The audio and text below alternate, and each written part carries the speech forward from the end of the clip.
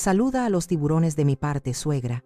La voz de Eulalia fue un susurro helado contra mi oído, una serpiente deslizándose entre el rumor del viento y el murmullo de las olas. Por un instante, la frase no tuvo sentido.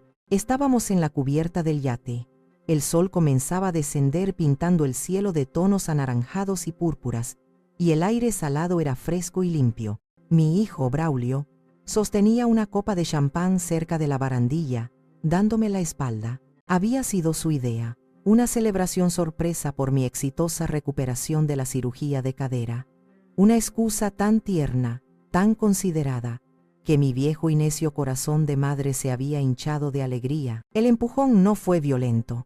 No fue un acto de furia, sino de cálculo. Fue un simple desplazamiento de su peso contra mi espalda, en el momento exacto en que yo estaba desequilibrada, admirando cómo la estela del barco cortaba el azul profundo del océano. No hubo fuerza bruta, solo la fría y eficiente física de la traición. Mi cuerpo se inclinó sobre la barandilla, un arco de sorpresa y negación, y luego caí. El grito se ahogó en mi garganta, un sonido mudo de incredulidad. El mundo se invirtió en una vorágine silenciosa.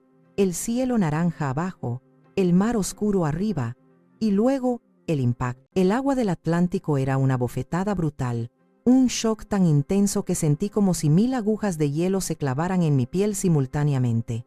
El aire fue expulsado de mis pulmones en una explosión de burbujas plateadas. El vestido que había elegido con tanto esmero, el de un azul profundo que a mi difunto Mauricio tanto le gustaba porque decía que capturaba el color de mis ojos, se convirtió en un sudario pesado. La tela se pegó a mis piernas, enredándose, arrastrándome hacia una oscuridad insondable donde la luz del sol moribundo no podía llegar. La desesperación, cruda y primordial, me dio un latigazo de adrenalina. Pateé con una furia que no sabía que poseía, mis piernas entumecidas por el frío, luchando contra la tela que me aprisionaba como las garras de un monstruo marino. Mis zapatos, elegantes pero inútiles, se deslizaron de mis pies y se perdieron en la negrura. 2 pequeñas anclas de mi vida anterior hundiéndose en el olvido. Rompí la superficie con una bocanada agónica, mi garganta ardiendo mientras tragaba una mezcla de aire y agua salada. Mis ojos, irritados por la sal, buscaron frenéticamente el yate. Estaba allí, alejándose, una silueta blanca y elegante contra el crepúsculo, cada vez más pequeña, y en la cubierta, bajo la luz mortecina, pude distinguirlos. Eulalia, mi nuera, me miraba con una expresión que quedaría grabada a fuego en mi memoria para siempre. No era odio, ni ira, era una calma depredadora, la fría y desapasionada satisfacción de un trabajo bien hecho, y a su lado, mi hijo, mi Braulio. Él no sonreía, no como un villano de película, tenía una mueca extraña, una sonrisa que no le llegaba a los ojos, una máscara de pánico y sumisión. Por un segundo, nuestros ojos se encontraron a través de la distancia.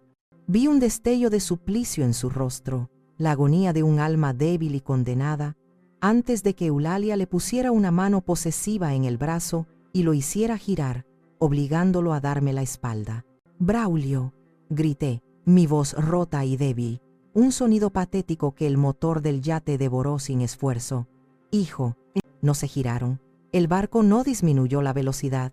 Simplemente continuó su camino, una mancha blanca que se encogía contra la creciente oscuridad, hasta que su estela fue lo único que quedó, una cicatriz temporal en la inmensidad del océano. Me quedé sola, sola con el frío que me calaba los huesos, con el sabor a sal y traición en la boca.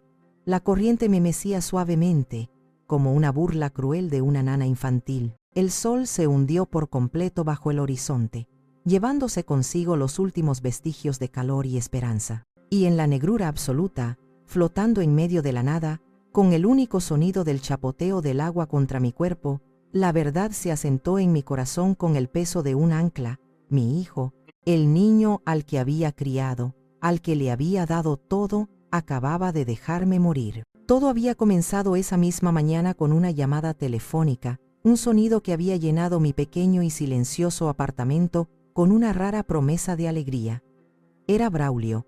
Su voz, que en los últimos años se había vuelto distante, apresurada y a menudo teñida de una impaciencia apenas disimulada, sonaba cálida, casi como la del muchacho que recordaba de antes de que Eulalia entrara en su vida y lo moldeara a su imagen y semejanza. «Mamá, ¿cómo te sientes?», preguntó, y la simple pregunta, desprovista de su habitual prisa, me desarmó. Hacía meses que no me preguntaba por mi estado, sin que fuera el preludio de una petición de dinero o de algún favor. «Mucho mejor, hijo. El médico dice que la recuperación va de maravilla», respondí, apoyándome en el alféizar de la ventana y mirando el bullicio de la ciudad. Desde que Mauricio había muerto y yo les había cedido la casa familiar para mudarme a este apartamento más manejable, una frase de Eulalia, por supuesto, estas llamadas eran mi único vínculo con el mundo que había construido, un mundo del que me sentía cada vez más exiliada. «Me alegro mucho, mamá, de verdad. Oye, Eulalia y yo pensábamos, ¿qué te parece si lo celebramos? El yate nuevo está listo. Podríamos dar un paseo esta tarde, solo nosotros tres. Brindar por tu salud, por la familia». Mi corazón dio un vuelco. ¿Solo nosotros tres? Hacía años que no pasábamos tiempo juntos sin un séquito de los importantes amigos de Eulalia o sin la tensión de una reunión familiar obligatoria. Era una ofrenda de paz, una rama de olivo que yo estaba desesperada por aceptar. La soledad, desde que Mauricio se fue, había sido un manto pesado, y la indiferencia de mi hijo, su herida más dolorosa. Siempre encontraba excusas para su comportamiento. «Está estresado con el trabajo. Eulalia es muy exigente. Es que ahora se mueve en otros círculos». Excusas, todas ellas, para no admitir la dolorosa verdad: mi hijo se había alejado de mí. «Me encantaría, Braulio. Sería maravilloso», dije, tratando de mantener mi voz estable para que no notara la emoción que me embargaba, la patética gratitud de una madre hambrienta de afecto. «Perfecto. Pasamos por el muelle a las 5. Ponte guapa, mamá». La línea quedó en silencio. Después de colgar me quedé mirando el teléfono, una sonrisa tonta en mi rostro. Me sentí ligera, casi joven. Fui a mi armario, ignorando el dolor sordo de mi cadera, y elegí el vestido azul marino. Mientras me arreglaba, mi mirada se posó en el retrato de Mauricio, colgado en la pared del salón. Su sonrisa era amable, sus ojos parecían seguirme con una sabiduría tranquila. Tantas veces me había advertido, con su sutileza característica: «El chico tiene buen corazón, Bruna, pero es blando como la arcilla, y esa mujer tiene dedos de alfarero». «Ojalá estuvieras aquí para ver esto, mi amor», le susurré a la imagen. «Creo que nuestro hijo está volviendo a nosotros. Quizás me equivoqué. Quizás Eulalia no es tan mala influencia como pensaba. Qué tonta fui, qué ciega por la necesidad, qué sorda a las alarmas que mi propia intuición había intentado hacer sonar durante años». Tomé un taxi hacia el muelle, el corazón lleno de una anticipación casi infantil. Cuando llegué, el yate me dejó sin aliento. Era una bestia blanca y reluciente, un monumento a un lujo que me resultaba obsceno, sobre todo sabiendo de dónde había salido realmente el dinero. Braulio me saludó con un abrazo que se sintió ensayado, performático. Sus brazos me rodearon, pero su cuerpo estaba rígido. Eulalia observaba desde la cubierta, su sonrisa tan afilada como un trozo de cristal roto. «¿No es preciosa, mamá?», preguntó Braulio señalando el barco. «Lujo puro. Pensamos llevarla al Caribe el próximo mes». Asentí, sonriendo, mientras el frío de la traición que aún no entendía comenzaba a deslizarse por mi espina dorsal. Estaba tan ansiosa por creer en su teatro que ignoré la frialdad en sus ojos, la tensión en sus hombros. Subí a bordo del instrumento de mi propia ejecución, llevando mi esperanza como una oveja al matadero. El frío era un enemigo persistente, un ladrón que me robaba el calor corporal gramo a gramo.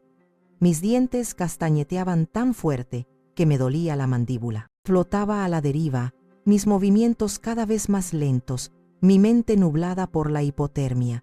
Justo cuando la oscuridad comenzaba a parecer un refugio cálido y acogedor, una luz lejana atravesó la penumbra. Al principio pensé que era una alucinación, un último truco de un cerebro que se apagaba, pero luego escuché un sonido. el chuk-chuk rítmico de un motor viejo y confiable. Un pequeño barco de pesca emergió de la noche.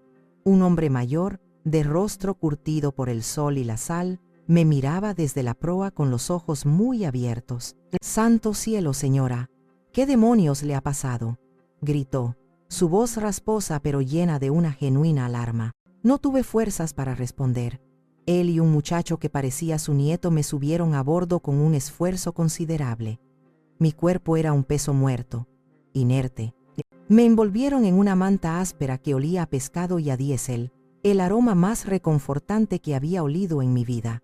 Mientras el barco giraba y se dirigía a la costa, mi mente, protegida del frío inmediato, comenzó a la deriva en otro océano, el del pasado. El hombre que me había salvado se llamaba Iker. No lo supe hasta más tarde, pero el destino tiene una ironía cruel. Iker había sido uno de los mejores amigos de mi Mauricio, un compañero de pesca de sus años mozos. Me había salvado por casualidad, pero también por una lealtad que trascendía la tumba. Mientras estaba acurrucada en su barco, temblando incontrolablemente, no pensaba en el dinero, ni en la herencia, pensaba en el rancho de mi padre, en el Valle de Guadalupe, un pedazo de tierra que había estado en mi familia por generaciones, con sus viejos olivos y sus viñedos nudosos. Era mi santuario, el lugar donde los recuerdos de mi infancia y de los primeros años con Mauricio estaban grabados en cada adobe y cada hoja de parra, y lo había vendido. Flashback. La escena era vívida en mi mente. Estaba sentada en la gran mesa de roble de la casa familiar, frente a un Braulio de 30 y tantos años, cuyo primer negocio de tecnología innovadora acababa de quebrar estrepitosamente. Estaba devastado, pero debajo de su desesperación vi la misma impaciencia, la misma aversión al trabajo duro que tanto preocupaba a su padre. «Mamá, lo he perdido todo», se lamentó, con la cabeza entre las manos. «Estoy acabado, todo el mundo se reirá de mí, dirán que no soy como papá». Mauricio, que aún vivía pero ya estaba debilitado por la enfermedad que se lo llevaría un año después, me había advertido la noche anterior. «Dale un sueldo, no un cheque en blanco, Bruna. El chico necesita aprender el valor del esfuerzo. Si se lo das todo hecho, nunca aprenderá a valerse por sí mismo. Lo estás convirtiendo en un parásito». Pero yo no escuché. Vi a mi hijo sufrir, vi su miedo a no estar a la altura del legado de su padre, y mi corazón de madre no pudo soportarlo. «No estás acabado, cariño», le dije, poniendo mi mano sobre la suya. Su piel estaba fría y húmeda. «Esto es solo un tropiezo. Empezarás de nuevo, más fuerte esta vez. Tu padre y yo te ayudaremos». Una semana después, firmé los papeles. El rancho, mi ancla al pasado, mi legado, se vendió a una corporación vinícola por una suma considerable. Puse el dinero en una cuenta a nombre de Braulio. «Esto es para tu futuro», le dije. «Úsalo con sabiduría. Haz que tu padre se sienta orgulloso». Él lloró, me abrazó, me prometió que lo haría. Y por un tiempo lo creí. Abrió una consultoría, se movía en círculos elegantes. Fue entonces cuando conoció a Eulalia. Y el dinero, mi dinero, el dinero del rancho, pagó su boda extravagante, su luna de miel en Europa, el depósito de su primer apartamento de lujo. Y luego, cuando necesitaron un segundo rescate financiero porque la consultoría no era tan rentable como aparentaba, volví a abrir mi cartera. Esta vez, fue el dinero que Mauricio me había dejado, su seguro de vida, su legado para mi seguridad. «Mamá, es una inversión», me había explicado Braulio por teléfono, su voz untuosa con la jerga empresarial que Eulalia le había enseñado. «Lo usaremos para agasajar a clientes importantes. Generará enormes beneficios». Ahora, en el pequeño barco de Iker, el sabor amargo de esa mentira se mezclaba con la sal en mis labios. No había clientes, nunca los hubo. El yate era solo otro juguete caro, otro símbolo de estatus para mi nuera. Y yo, en mi ciega devoción, les había dado el arma, la había pagado y pulido para ellos. Había vendido mis raíces, mi pasado, para financiar mi propia ejecución. El temblor que me sacudía ya no era solo por el frío, era por el peso insoportable de mi propia estupidez. Iker no me llevó a un hospital. Intuyó, con la sabiduría de un hombre que ha leído más mareas que libros, que yo huía de algo más que de la muerte. Me llevó a una pequeña pensión en un pueblo costero, un lugar regentado por una mujer de unos 70 años, de mirada severa y manos sorprendentemente amables. Se llamaba Leocadia. «Cuida de ella», le dijo Iker en voz baja. «Le debo mucho a su marido». Doña Leocadia no hizo preguntas. Me miró de arriba a abajo, mi cuerpo empapado y tembloroso, mi rostro demacrado por el shock, y simplemente asintió. Me guió a una habitación limpia y sencilla. Me trajo una sopa caliente y ropa seca que era demasiado grande, pero se sentía como un abrazo. Esa noche, tumbada en una cama extraña, el sonido de las olas rompiendo en la orilla cercana era una tortura, un recordatorio constante de la traición. Y mi mente, incapaz de descansar, comenzó a desandar el camino, buscando las señales que había ignorado, las banderas rojas que había pintado de blanco por amor. Las grietas no habían aparecido de la noche a la mañana, habían sido una red de fisuras finas, casi invisibles, que poco a poco habían ido minando los cimientos de nuestra familia. Y casi todas llevaban el nombre de Eulalia. Recordé una cena, un par de años atrás. Era el aniversario de boda de unos amigos míos de toda la vida. Invité a Braulio y a Eulalia, esperando mostrar con orgullo a mi hijo y su encantadora esposa. Yo llevaba un vestido de seda que Mauricio me había regalado, una pieza clásica y elegante. Estábamos en la mesa, y una de las amigas de Eulalia, una mujer joven, con un bolso que costaba más que mi primer coche, le preguntó a mi nuera de dónde sacaba su maravilloso sentido de la moda. Eulalia sonrió, una sonrisa dulce y venenosa. «Oh, yo intento mantenerme al día, aunque a veces es una batalla convencer a la generación anterior de que los clásicos, bueno, a veces solo son viejos. El mundo avanza, ¿sabes? Hay que adaptarse o quedarse atrás». Su mirada se deslizó hacia mi vestido por una fracción de segundo. Nadie más lo notó, pero yo sí. Fue un golpe rápido y certero, envuelto en seda. Miré a Braulio, esperando que dijera algo, una defensa, una broma para aligerar el ambiente, pero él solo se concentró en cortar su filete, con la mandíbula tensa, los ojos fijos en su plato. Su silencio fue más doloroso que el insulto de Eulalia. Fue una traición en miniatura, un presagio de la mayor que vendría. Y luego estaba la fiesta, mi cumpleaños número 66. Yo esperaba una cena tranquila como siempre. Braulio me dijo que pasaría por mí a las 7 para ir a nuestro restaurante de siempre. Cuando llegué a la que había sido mi casa, la que ahora era suya, las luces estaban apagadas. Me sentí confundida. Entré, y de repente las luces se encendieron y 50 personas, la mayoría extraños para mí, gritaron: «¡Sorpresa!». Me quedé paralizada en la entrada, deslumbrada por las luces, abrumada por el ruido y las caras desconocidas. Me sentí expuesta, vulnerable, como un animalito asustado. Eulalia se acercó, me puso una copa de champán en la mano y me guió a través de la multitud, presentándome a gente cuyos nombres olvidaba al instante. «Ella es Bruna, la madre de mi marido. Es un amor, aunque a veces se le olvidan las cosas», decía con una risa cantarina. Más tarde, vi las fotos que publicaron en sus redes sociales. En todas, yo aparecía con una expresión de desconcierto, con la mirada perdida.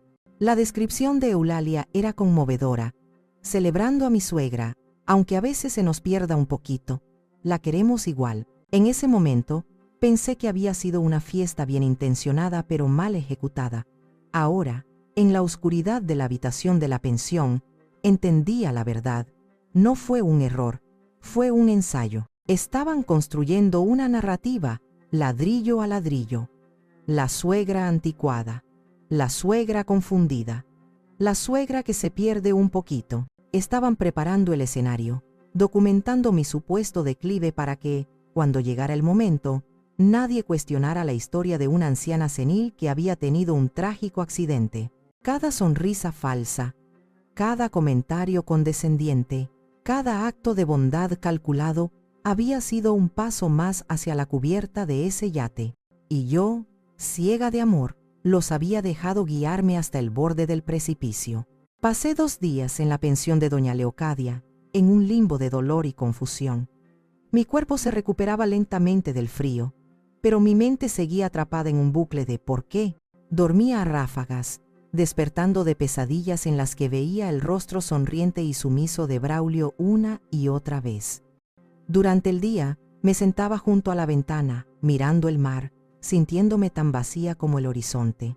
Sentía que una parte de mí había muerto realmente en ese océano, la parte que amaba incondicionalmente, la madre que perdonaba todo. Fue doña Leocadia quien me sacó de mi letargo. En la tercera mañana, entró en mi habitación, no con una bandeja de desayuno, sino con un ordenador portátil viejo y destartalado. Lo puso sobre la mesita a mi lado. «Quizás necesites ver esto», dijo, su voz sin inflexiones, pero sus ojos llenos de una extraña compasión. «O quizás no, pero es mejor saber a qué te enfrentas. El enemigo es menos temible cuando le pones cara». Con los dedos temblorosos escribí mi propio nombre en el buscador. Los resultados aparecieron al instante. Titulares de periódicos locales, blogs de sociedad. Trágico accidente de la matriarca Bruna Rivas. La viuda del magnate Mauricio Sáenz desaparece en el mar.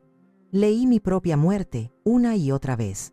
Pero fue el obituario oficial, publicado por la familia, el que me rompió por dentro.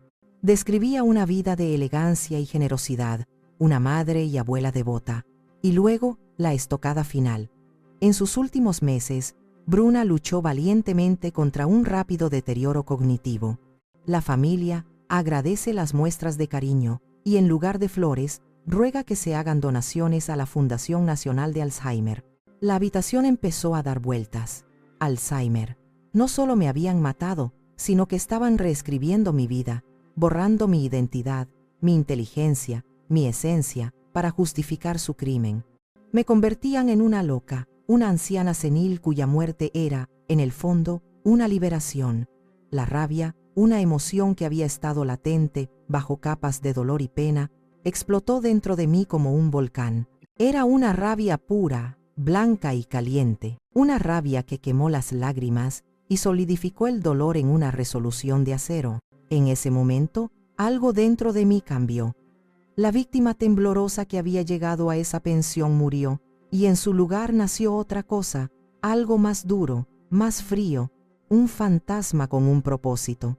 Cerré el portátil, miré a doña Leocadia, que había estado observándome en silencio desde la puerta. «¿Quieren que esté muerta?», dije, mi voz sonando extraña, metálica. «Muy bien, estaré muerta para ellos, estaré muerta para todo el mundo, pero esta fantasma va a atormentarlos hasta que deseen no haber nacido». Por primera vez, vi una sonrisa en el rostro de doña Leocadia, una sonrisa sombría, de complicidad. «A veces», dijo, «los muertos tienen más poder que los vivos. Yo lo sé bien». Se sentó en el borde de la cama y por primera vez me contó su propia historia. Una historia de hijos ingratos, de un testamento firmado bajo presión, de una vejez solitaria en la que había sido despojada de todo. «Yo fui débil, Bruna», concluyó, su voz cargada de un arrepentimiento antiguo. «Acepté mi destino. Lloré en silencio. Tú todavía tienes la oportunidad de escribir el tuyo. No dejes que te borren de tu propia historia». Sus palabras fueron el combustible que mi nueva ira necesitaba. Ya no había lágrimas. Ya no había dudas. Me levanté de la cama, sentí un dolor agudo en la cadera operada, un recordatorio físico de mi vulnerabilidad, pero lo ignoré. Mi mente estaba clara, afilada como un cuchillo. Si iban a tratarme como a una anciana indefensa, les mostraría la clase de infierno que una anciana con $3.000 millones y nada que perder podía desatar. Mi primer paso. Necesitaba ojos y oídos. Necesitaba saber exactamente qué estaban haciendo mis queridos y afligidos herederos, y para eso necesitaba encontrar a alguien que supiera moverse en las sombras. Mi guerra acababa de empezar. Mi funeral fue un evento sorprendentemente concurrido. Supongo que ser la viuda de Mauricio Sáenz y tener una fortuna considerable te garantiza una buena asistencia, incluso si tu propia familia ha pasado el último año pintándote como una reclusa senil. Lo observé todo desde la distancia, oculta detrás de una vieja cripta en la ladera opuesta del cementerio. Iker estaba a mi lado, sus viejos prismáticos de pesca colgados de mi cuello. El sol de la mañana era pálido, y una brisa fría agitaba las hojas de los cipreses, creando una atmósfera adecuadamente sombría para la farsa que se desarrollaba abajo. Braulio y Eulalia habían organizado un espectáculo impecable. Un ataúd de caoba carísimo, y vacío, por supuesto, coronas de flores extravagantes que debían haber costado una fortuna, incluso un pequeño cuarteto de cuerda tocando piezas de Vivaldi, estaban de pie junto a la fosa, vestidos de un negro riguroso y elegante, recibiendo las condolencias con una coreografía de dolor perfectamente ensayada. Eulalia se secaba lágrimas inexistentes con un pañuelo de encaje, dejándose abrazar por amigos de la familia que le susurraban palabras de consuelo. Braulio, mi hijo, mantenía la cabeza gacha, el rostro compungido, aceptando palmadas en la espalda de hombres de negocios que probablemente ya estaban pensando en cómo acercarse al nuevo heredero. Lo que más me dolió fue ver a la gente que sí me quería de verdad. Mi vecina del apartamento, la señora Flores, una mujer mayor que a menudo me traía pan dulce, lloraba abiertamente. Mis amigas del club de lectura estaban allí, con los rostros genuinamente tristes, abrazándose unas a otras. Incluso el doctor que me operó la cadera había venido a presentar sus respetos. Estaban llorando por mí, ofreciendo su simpatía a mis asesinos. La bilis me subió por la garganta, un sabor amargo a impotencia y furia. ¿Ves algo interesante?, susurró Iker, ajustando su propia gorra de pescador para protegerse del viento. Aparte de la actuación digna de un Oscar de mi hijo, sí, respondí, enfocando los prismáticos, mis manos firmes a pesar de la tormenta en mi interior. Lo interesante es quién no está aquí. Iker frunció el ceño. ¿Cómo quién? Mi gestor de patrimonio, el señor Ramos. Mi abogado de toda la vida, el licenciado Vega. Mi contable, el señor Pineda. Las 3 personas que manejan los detalles de mi fortuna. Las 3 personas que, en circunstancias normales, estarían en primera fila en el funeral de una clienta como yo, aunque solo fuera por respeto profesional. De repente, todo encajó. Ellos no estaban allí porque eran parte del plan, o al menos, uno de ellos tenía que serlo. Alguien les había proporcionado la información, la estructura, la cobertura legal. La traición era más profunda de lo que había imaginado. No era solo la codicia de un hijo débil y una nuera malvada. Era una conspiración. Observé cómo el falso sacerdote daba su sermón, hablando de mi alma bondadosa y mi pacífica partida. Observé cómo mi hijo arrojaba el primer puñado de tierra sobre mi ataúd vacío. El sonido hueco resonó en el aire silencioso, y sentí como si la tierra cayera sobre mi propio corazón. Cuando la ceremonia terminó y la gente comenzó a dispersarse, Braulio y Eulalia se quedaron un momento más, de pie junto a la tumba. A través de los prismáticos, vi cómo Eulalia se inclinaba y le susurraba algo al oído a Braulio, y entonces él sonrió. No la mueca de pánico del yate, una sonrisa genuina, de alivio y triunfo. Una sonrisa que decía, lo logramos. Esa sonrisa me liberó. Liberó la última pizca de amor maternal que aún pudiera albergar por el hombre que era mi hijo. En ese momento, dejó de ser Braulio mi niño. Se convirtió simplemente en el enemigo, y yo sabía exactamente lo que tenía que hacer a continuación. Tenía que entrar en mi casa, tenía que encontrar sus planes. Esa noche, la oscuridad era mi aliada. Iker me dejó a 3 calles de la que había sido mi casa durante 35 años. La mansión en el Pedregal donde Braulio había crecido, donde Mauricio y yo habíamos construido nuestra vida. Ahora se sentía como territorio enemigo, una fortaleza que debía asaltar. Contactar a Mafalda, mi ama de llaves de toda la vida, fue la decisión más inteligente que tomé. Ella había trabajado para nosotros desde antes de que Braulio naciera. Vio crecer a mi hijo y vio cómo Eulalia lo cambiaba. Su lealtad hacia Mauricio y hacia mí era inquebrantable. Cuando la llamé desde un teléfono público, su grito de alegría y alivio casi me hace llorar. Tuve que calmarla, explicarle que mi vida corría peligro. Le conté una versión abreviada de la historia, lo suficiente para que entendiera la gravedad de la situación. «Señora Bruna, sabía que esa mujer era un demonio», susurró con furia.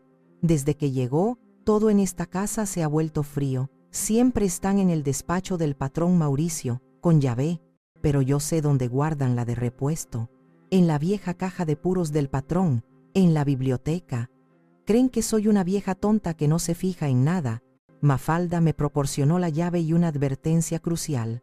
«Tenga cuidado, señora. Han cambiado las alarmas». Pero el técnico era un muchacho hablador. Me dijo el código de desactivación temporal. «Es el cumpleaños de la señorita Eulalia. ¡Qué vanidosa!». Me dio la secuencia de números. Esa información era oro puro. Entrar en mi propio hogar se sintió como un sacrilegio. Desactivé la alarma, mi corazón martilleando contra mis costillas.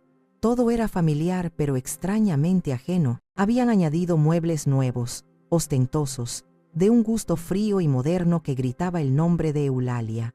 Habían quitado mis fotografías, reemplazándolas con arte abstracto sin alma. En la cocina, el refrigerador estaba lleno de comida gourmet y vinos caros.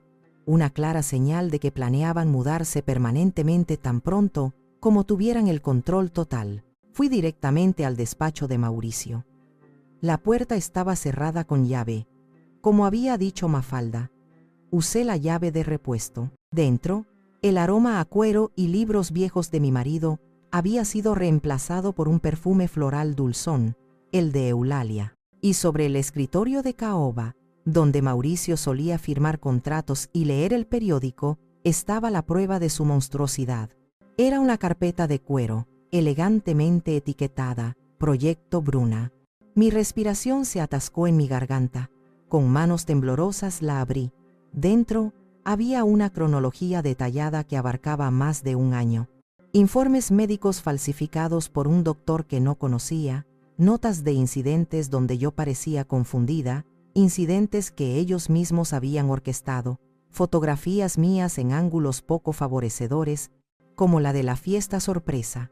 Había borradores de documentos legales para declararme incompetente, proyecciones financieras de cómo planeaban liquidar mis activos. Habían convertido mi eliminación en un proyecto de negocios, con fases, objetivos y un presupuesto. Estaba fotografiando cada página con un teléfono desechable que Iker me había conseguido, mi cuerpo temblando de una rabia helada, cuando lo oí. Un coche deteniéndose en la entrada. Las luces barrieron las ventanas.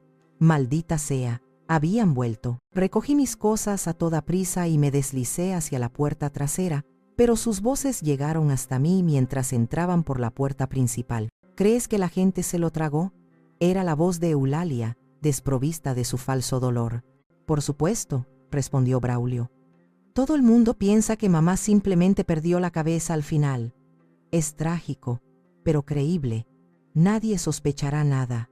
Me deslicé por el jardín, mi cadera protestando con un dolor sordo.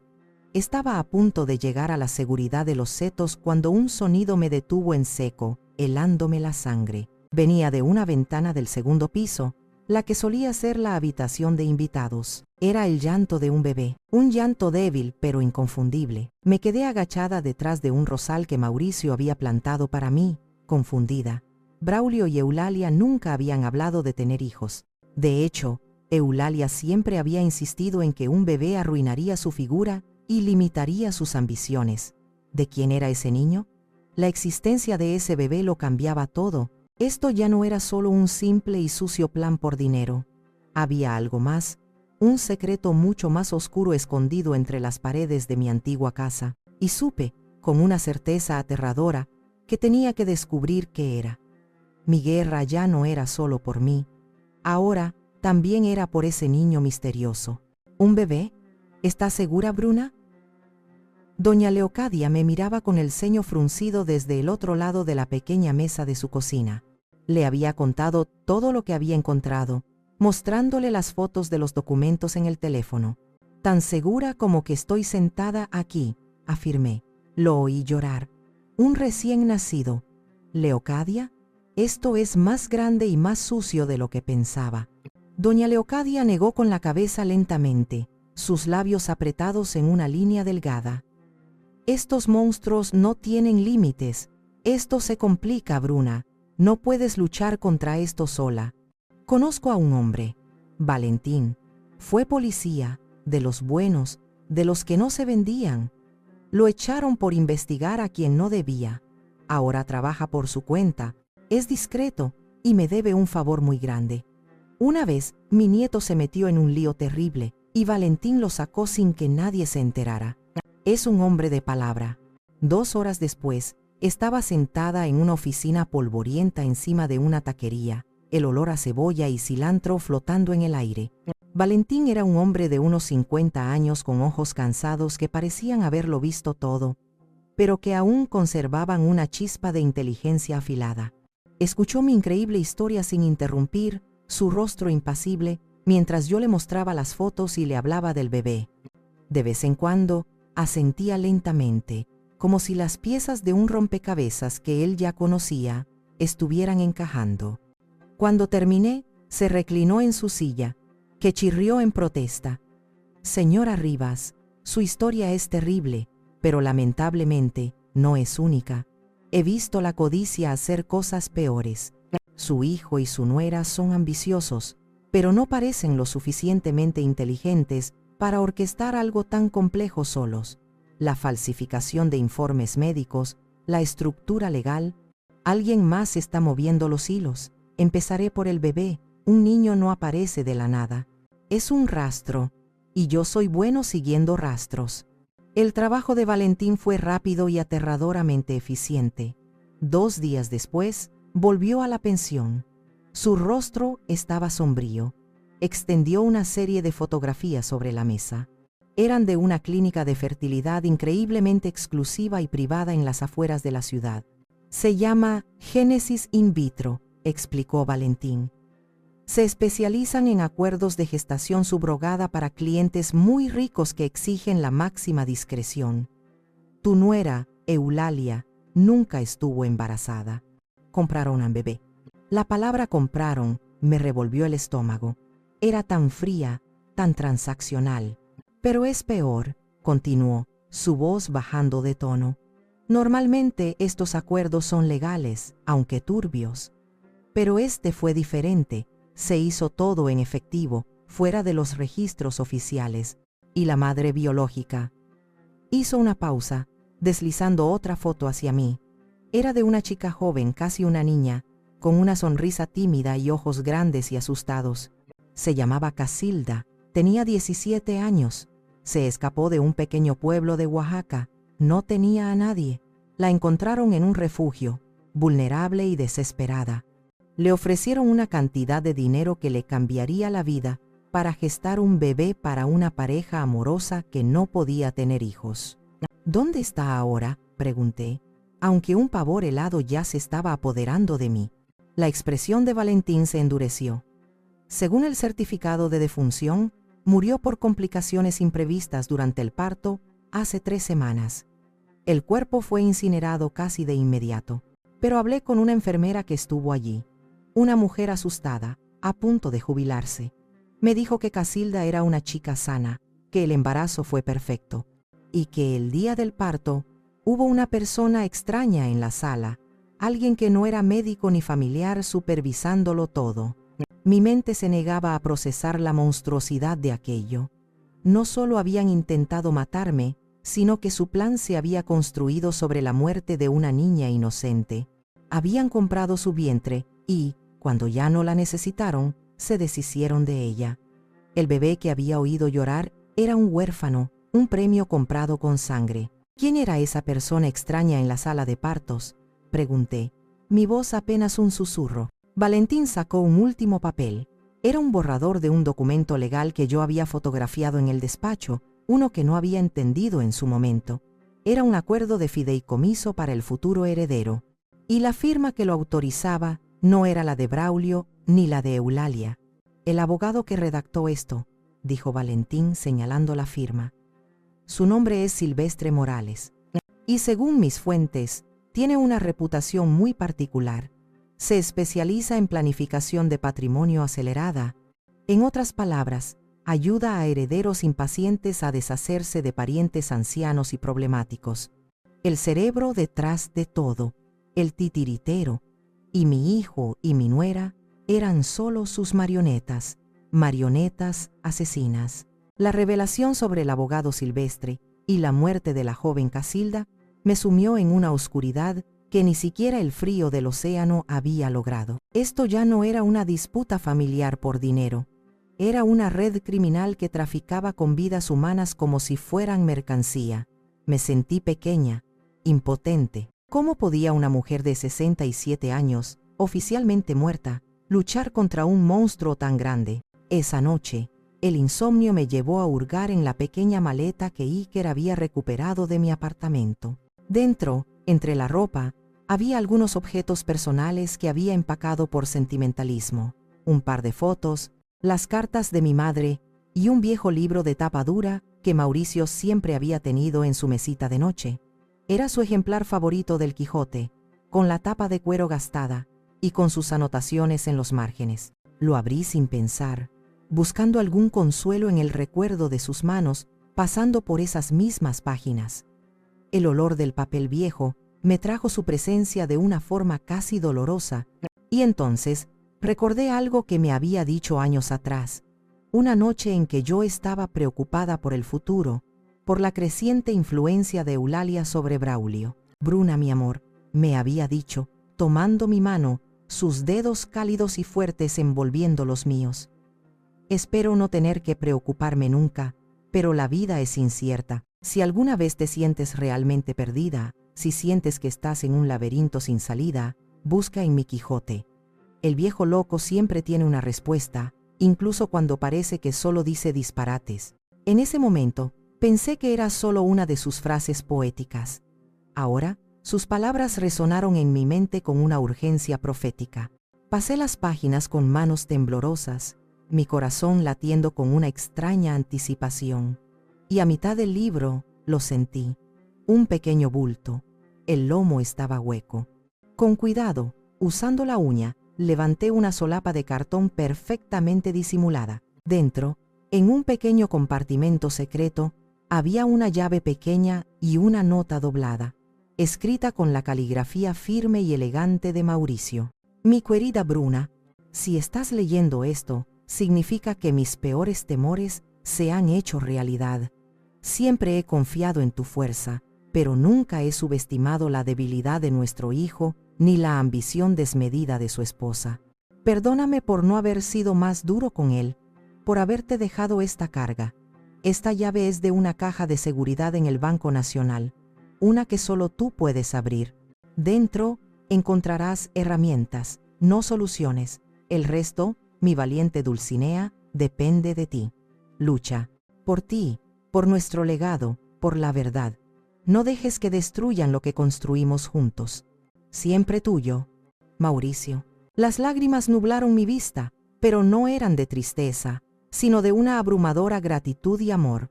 Incluso desde la tumba, mi marido seguía cuidándome. Al día siguiente, con la ayuda de Valentín para conseguir una identificación falsa que se pareciera lo suficiente a mi antiguo yo, fui al banco.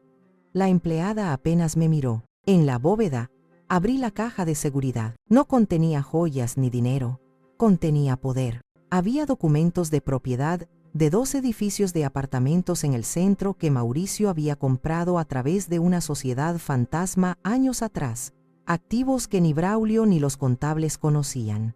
Su valor era más que suficiente para financiar mi guerra. Había un diario detallado donde Mauricio había anotado cada préstamo que le habíamos dado a Braulio, cada mentira, cada comportamiento preocupante que había observado. Era un historial meticuloso de la manipulación de Eulalia y la cobardía de nuestro hijo. Y al fondo de la caja estaba el arma definitiva. Un sobresellado con una sola instrucción: entregar únicamente al comandante de la Policía Federal, Javier Alarcón. Dentro, una carta personal de Mauricio a su viejo amigo de la academia, detallando sus sospechas y pidiéndole, como un favor póstumo, que me protegiera si algo sucedía. No era un truco legal en un testamento, era un plan de contingencia humano, basado en la lealtad y la amistad. Mauricio no había dejado una trampa, me había dejado un ángel de la guarda. Salí del banco sintiéndome una persona diferente. Ya no era una víctima a la deriva. Era la ejecutora del último deseo de mi marido. Tenía los recursos, tenía al detective y ahora tenía la conexión al más alto nivel. El abogado Silvestre y sus marionetas habían creado un fantasma. No sabían que ese fantasma estaba a punto de convertirse en su peor pesadilla, armado con la furia de una esposa traicionada y el amor eterno de un hombre bueno. Con el respaldo que Mauricio me había legado, el siguiente paso estaba claro. No podíamos simplemente ir con el comandante Alarcón y su equipo. La red del abogado Silvestre era demasiado extensa. Necesitábamos pruebas irrefutables, una confesión, algo que los atrapara a todos con las manos en la masa. Como me explicó Valentín, necesitábamos que ellos mismos nos llevaran al centro de su telaraña, y para eso necesitábamos a alguien dentro, la enfermera. Valentín la identificó rápidamente. Belén, una madre soltera de 30 y tantos años que trabajaba turnos dobles para mantener a su hijo. Su historial era impecable, una mujer trabajadora y decente atrapada en una situación monstruosa sin saberlo. Concertar un encuentro fue delicado. Valentín la abordó a la salida de su turno en el hospital donde también trabajaba, usando una excusa sobre una investigación de seguros para una póliza inexistente. La citó en un café discreto, lejos de la casa y de la clínica. Yo la estaba esperando en una mesa al fondo, usando un pañuelo en la cabeza y grandes gafas de sol, pareciendo una abuela cualquiera. Cuando Belén me vio, su rostro palideció. Me reconoció de las noticias. Sus ojos se abrieron con una mezcla de miedo y asombro. Hizo un gesto para levantarse y huir. «Por favor, Belén, no soy un fantasma», le dije en voz baja, mi voz suave pero firme. «Soy una madre como tú, y necesito tu ayuda para salvar a un niño». La palabra madre la detuvo. Dudó, y luego lentamente se sentó. Al principio, estaba aterrorizada y escéptica. Pero cuando empecé a hablar, cuando le conté la historia de mi muerte y lo que había descubierto, su expresión cambió. Y cuando puse sobre la mesa la fotografía de Casilda, la joven madre biológica, los ojos de Belén se llenaron de lágrimas. «Casilda», susurró, tocando la foto con la punta de los dedos. «Era tan joven, hablábamos a veces. Me dijo que estaba emocionada, que con el dinero que le darían podría empezar una nueva vida, estudiar diseño de modas». Su voz se quebró. El día del parto fue extraño. Todo iba bien, y de repente, ese hombre, el abogado, estaba allí. Dijo que iba a administrarle una vitamina. Yo le pregunté qué era, y él me dijo que no me metiera en lo que no me importaba. Y luego, su corazón simplemente se detuvo. Los médicos intentaron reanimarla, pero fue tan rápido. Nos dijeron que fue una embolia. Nadie lo cuestionó. La confirmación de su historia, contada con un dolor genuino, selló nuestro pacto. El horror y la culpa en sus ojos eran evidentes. «¿Qué quieren de mí?», preguntó, su voz firme a pesar de las lágrimas.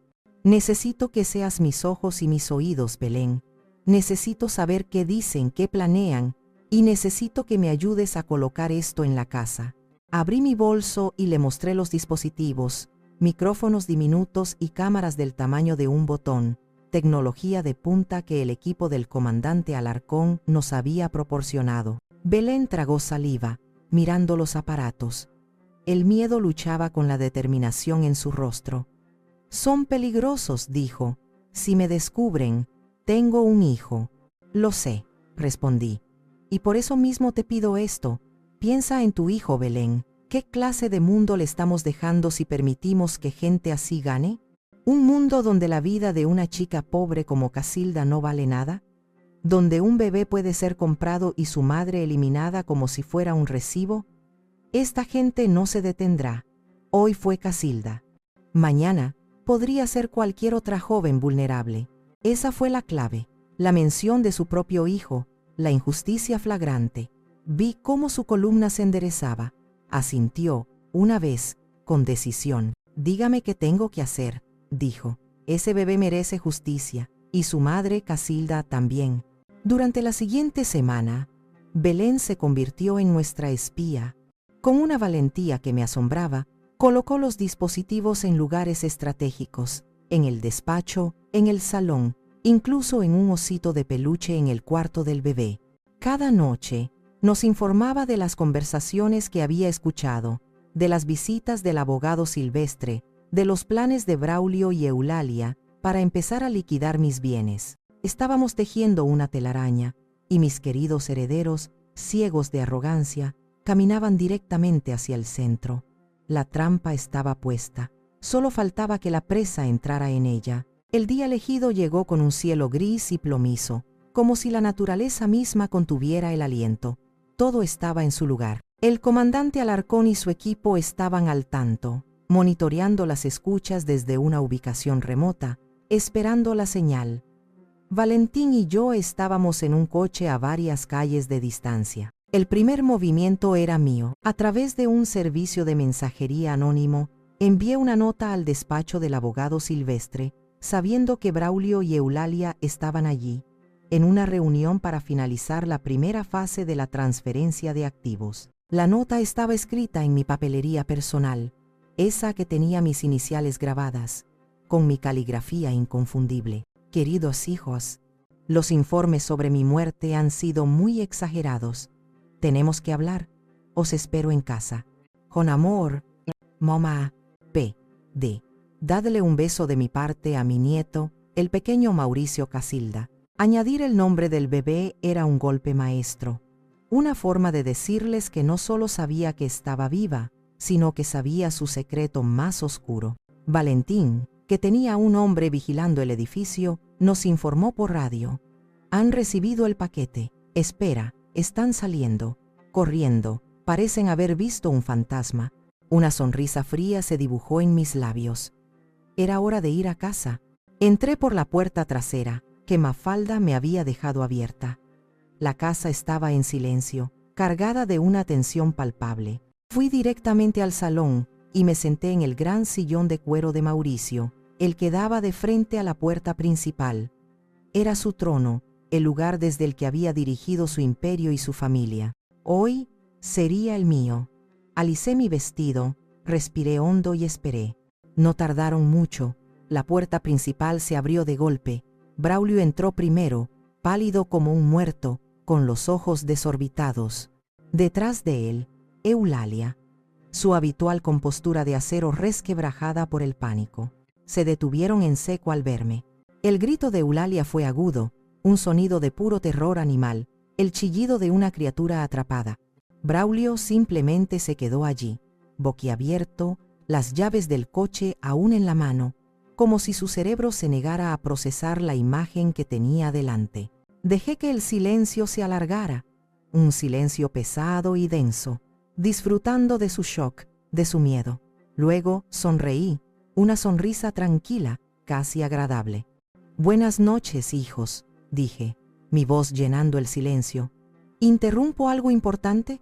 Imagino que liquidar una herencia toma tiempo. Por favor, pasad. Sentaos. Parecéis cansados». Mi calma los descolocó más que si hubiera gritado o acusado. Se movieron como autómatas, tropezando hasta el sofá que estaba frente a mí. Eulalia se dejó caer, su cuerpo temblando. Braulio permaneció de pie, indeciso, su mirada yendo de mí a su esposa. «Mamá, tú estabas», balbuceó. «¿Muerta?», completé amablemente. «Sí, eso he leído. Una historia fascinante, aunque con algunas imprecisiones. Resulta que soy mejor nadadora de lo que pensabais. Y por suerte, todavía hay gente buena en el mundo. Gente como el viejo Iker. ¿Lo recuerdas, Braulio? El amigo de tu padre. El destino tiene un sentido del humor muy peculiar». Eulalia recuperó parte de su veneno. «Esto es imposible. Es un truco», siseó. «Oh, es muy posible, querida», respondí, mi voz volviéndose dura como el hielo. «Tan posible como la carpeta del proyecto Bruna en el despacho de Mauricio. Tan posible como un bebé huérfano durmiendo en el piso de arriba, un bebé cuyo nombre creo es Mauricio Casilda. Ahora, sentaos, ambos». La función está a punto de comenzar. Mi tono no admitía réplica. Braulio finalmente se derrumbó en el sofá junto a su esposa. Estaban atrapados. El fantasma había vuelto a casa, y esta vez no venía en son de paz, venía a cobrar sus deudas. Una vez que estuvieron sentados prisioneros en su propio crimen, me tomé mi tiempo. Me levanté lentamente, mi cadera aún recordándome mi fragilidad física, un agudo contraste con la fuerza de hierro que sentía en mi interior. Caminé hasta la mesita de centro y, de una carpeta que había dejado allí, comencé a sacar las pruebas, una por una, colocándolas frente a ellos como si repartiera cartas en una partida de póker mortal. Primero, las fotos de los documentos del proyecto Bruna, la cronología de mi supuesta demencia, los informes médicos falsos. Reconoceréis esto, supongo, dije, mi voz tranquila. Un trabajo meticuloso. Debo admitir que la dedicación que pusisteis en destruirme es casi admirable. Si hubieras puesto la mitad de ese esfuerzo en tu propio negocio, Braulio, quizás no habrías necesitado mi dinero. Quizás tu padre aún estaría orgulloso de ti. Braulio se encogió, incapaz de mirarme, el rostro enterrado entre sus manos. Eulalia, sin embargo, me sostuvo la mirada, sus ojos ardiendo de un odio que ya no se molestaba en ocultar. «No sabes de lo que hablas, vieja loca», espetó. «Oh, sé exactamente de lo que hablo», continué, imperturbable. Saqué la siguiente prueba, la foto de la sonriente y asustada Casilda. Puse la foto justo en el centro de la mesa. Y sé exactamente de quién es esta cara. El rostro de Eulalia flaqueó por un instante. Una mínima contracción en su mandíbula. Su nombre era Casilda, dije, mi voz bajando, volviéndose más íntima, más peligrosa. Tenía 17 años. Le gustaba dibujar y soñaba con ser diseñadora de moda. Dejó su pueblo porque quería una vida mejor. Y se topó con vosotros, o más bien, con vuestro abogado, el señor Silvestre. Deslicé el certificado de defunción junto a la foto. Complicaciones durante el parto. Qué frase tan conveniente, tan limpia. Pero la enfermera Belén, ¿la recordáis? Una mujer encantadora. Dice que Casilda estaba perfectamente sana, hasta que el abogado Silvestre le administró una vitamina. El silencio en la habitación era tan denso que se podía cortar. No solo intentasteis matarme a mí, continué, mi mirada fija en mi hijo. Vuestro plan, vuestro futuro, vuestro heredero, está construido sobre el cadáver de una niña a la que le robasteis su bebé y su vida. Me giré hacia Braulio, cuyo rostro era una máscara de sudor y terror. Apelé por última vez al niño que una vez había sido, al recuerdo de un amor que ahora parecía una fantasía. Tú también fuiste joven, Braulio. ¿Recuerdas cuando te caíste del árbol en el rancho y te rompiste el brazo?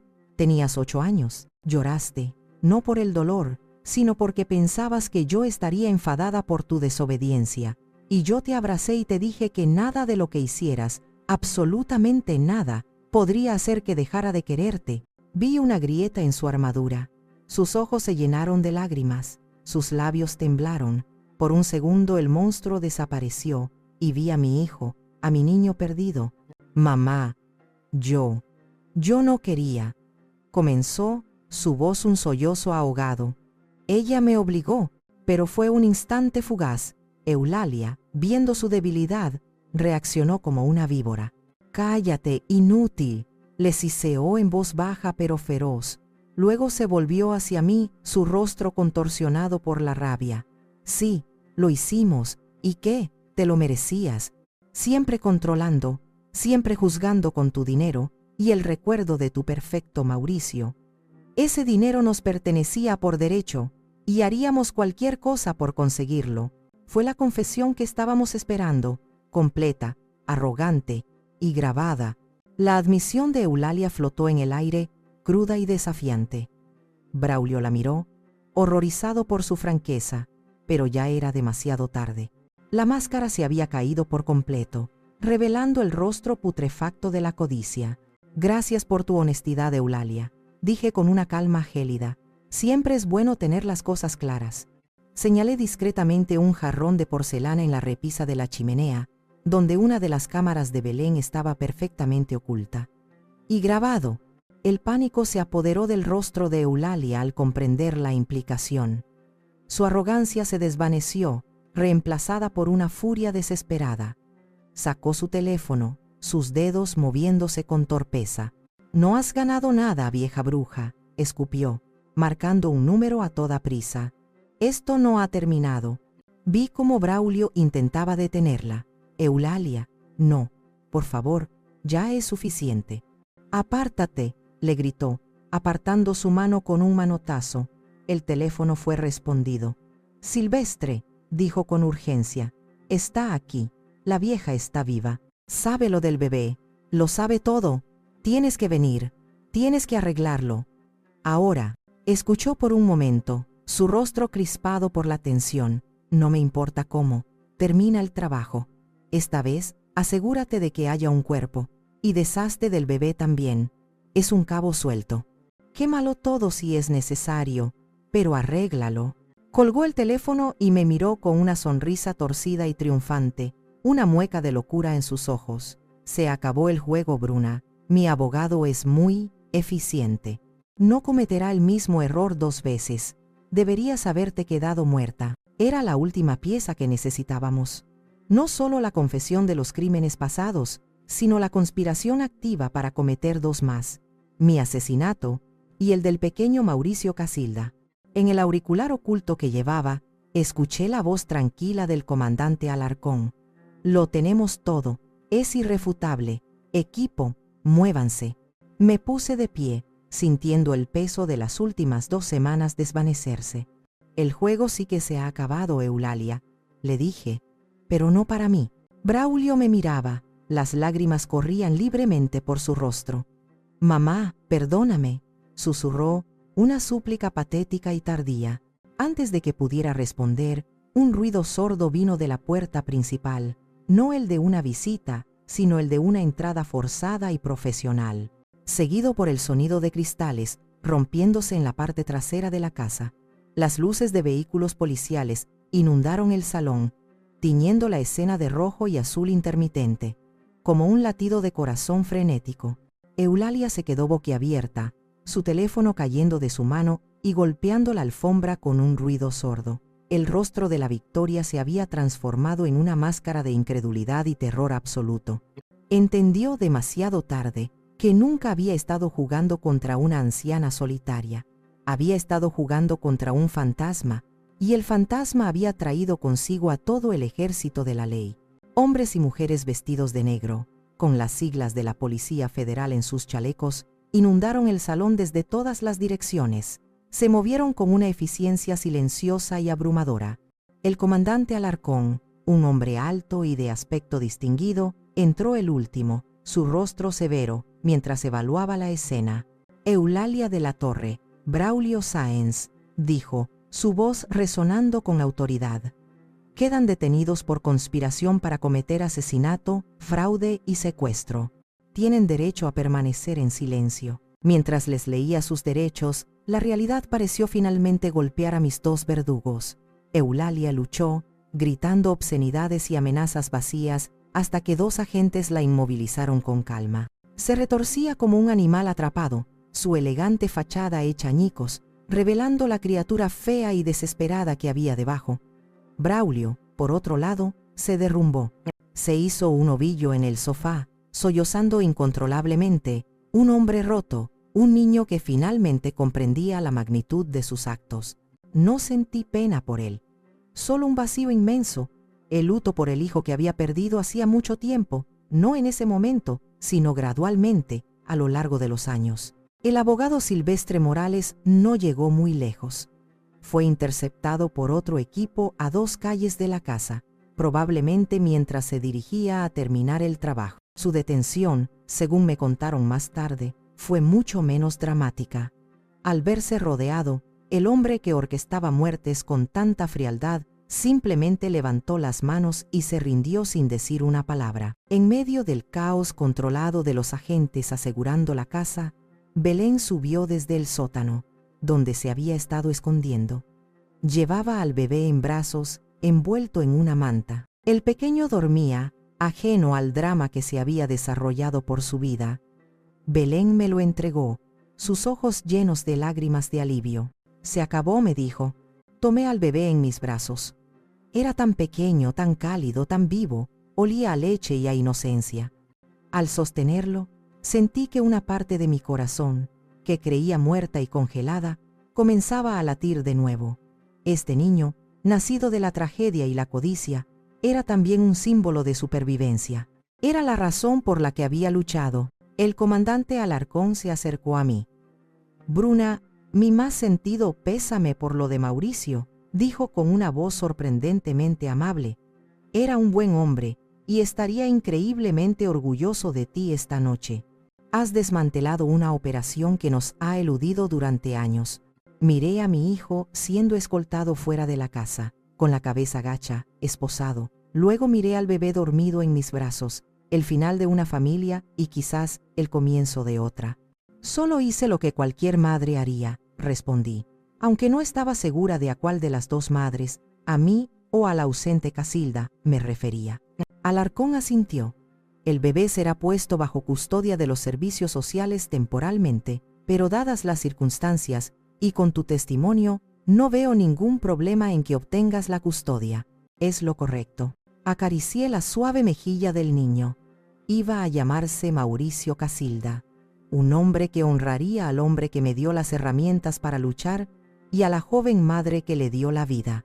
Su historia no comenzaría con una mentira, sino con la verdad, por dolorosa que fuera.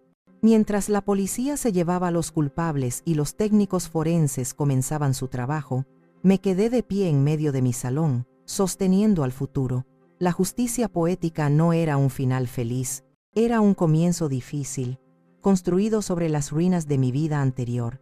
Pero por primera vez en mucho tiempo, sentí que no estaba sola. Los meses que siguieron fueron un torbellino de procedimientos legales y titulares de prensa. El caso del proyecto Bruna se convirtió en una sensación mediática, una historia de terror gótico en la era moderna sobre la codicia y la traición familiar. Mi resurrección fue la noticia principal durante semanas. Eulalia, fiel a su naturaleza, intentó luchar, contrató a un equipo de abogados caros y trató de pintarme como una anciana vengativa y manipuladora. En el juicio, su arrogancia era palpable. Se sentaba erguida, desafiante, como si fuera la víctima de una gran injusticia. Pero las grabaciones eran irrefutables. Su propia voz, llena de arrogancia y odio, fue su perdición. Cuando el fiscal reprodujo la llamada a Silvestre, donde ordenaba mi muerte y la del bebé, un silencio sepulcral cayó sobre la sala.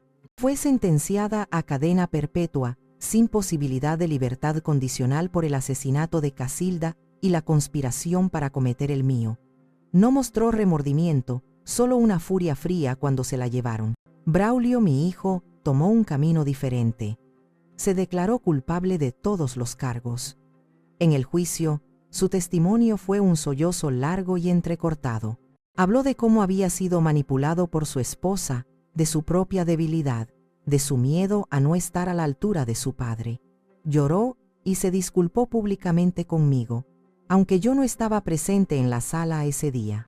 El juez reconoció su remordimiento, pero no lo eximió de su responsabilidad. Fue sentenciado a 25 años de prisión, una vida arruinada por no haber tenido el valor de decir no. El abogado Silvestre Morales resultó ser la cabeza de una serpiente mucho más grande. Su detención llevó al desmantelamiento de una red criminal que había operado durante casi una década, responsable de al menos una docena de muertes de ancianos adinerados en todo el país. Médicos, notarios, incluso un par de jueces corruptos cayeron con él. La fortuna que Mauricio me había legado no solo salvó mi vida, sino que también puso fin a una estela de muerte silenciosa. Con el apoyo del comandante Alarcón y el testimonio de la enfermera Belén, el proceso para obtener la custodia de Mauricio Casilda fue rápido. Los servicios sociales determinaron que, como su único pariente biológico dispuesto y capaz, aunque por un tecnicismo legal retorcido, yo era la opción más estable. Utilicé una parte significativa de los bienes que Mauricio había ocultado para crear la Fundación Casilda, una organización sin ánimo de lucro dedicada a ayudar a madres jóvenes y adolescentes en situación de vulnerabilidad, ofreciéndoles refugio, educación y oportunidades. Era lo mínimo que podía hacer para honrar la memoria de la chica cuya vida había sido sacrificada. Vendí la mansión del Pedregal. Estaba demasiado impregnada de malos recuerdos, de fantasmas de lo que pudo haber sido y de la pesadilla en que se convirtió. Con el dinero compré una casa más pequeña con un gran jardín, un lugar lleno de luz y flores, un lugar donde un niño pudiera crecer feliz. Un día, recibí una carta del centro penitenciario. Era de Braulio. Estaba llena de autocompasión y excusas. La leí, la doblé cuidadosamente y la arrojé al fuego de la chimenea. No sentí nada, ni ira, ni tristeza, solo el vacío que deja algo que ha muerto para siempre. Mi hijo había dejado de existir para mí en la cubierta de aquel yate. Lo que quedaba era solo un extraño cumpliendo su condena. Han pasado 5 años. Ahora tengo 72, y las articulaciones me duelen un poco más por las mañanas, pero mi corazón está en paz. Mi vida ya no se define por la traición que sufrí, sino por la alegría que cultivo cada día. Esa alegría tiene un nombre: Mauricio Casilda. Es un niño de 5 años lleno de energía, con los ojos oscuros y serios de su madre biológica y la sonrisa curiosa de mi Mauricio. Crece en una casa llena de amor, rodeado por una familia poco convencional pero ferozmente leal. Iker, a quien llama tío pescador, le enseña a hacer nudos marineros y le cuenta historias exageradas de monstruos marinos. Doña Leocadia, su abuela Leo, le hornea las mejores galletas del mundo y le enseña a ser fuerte y a no dejarse pisotear. Y Belén, que se ha convertido en una amiga querida, es su tía Bel, que siempre le trae los dulces que yo le prohíbo. Él conoce su historia, no los detalles más oscuros, no todavía, aún es muy pequeño, pero sabe que nació del vientre de una mamá muy valiente llamada Casilda, que ahora es una estrella en el cielo y lo cuida todas las noches. Sabe que su abuelo Mauricio fue un gran hombre que también lo cuida desde arriba. Y sabe que yo soy su abuela Bruna, quien lo ama más que a nada en el mundo. Crecerá con la verdad, no con mentiras.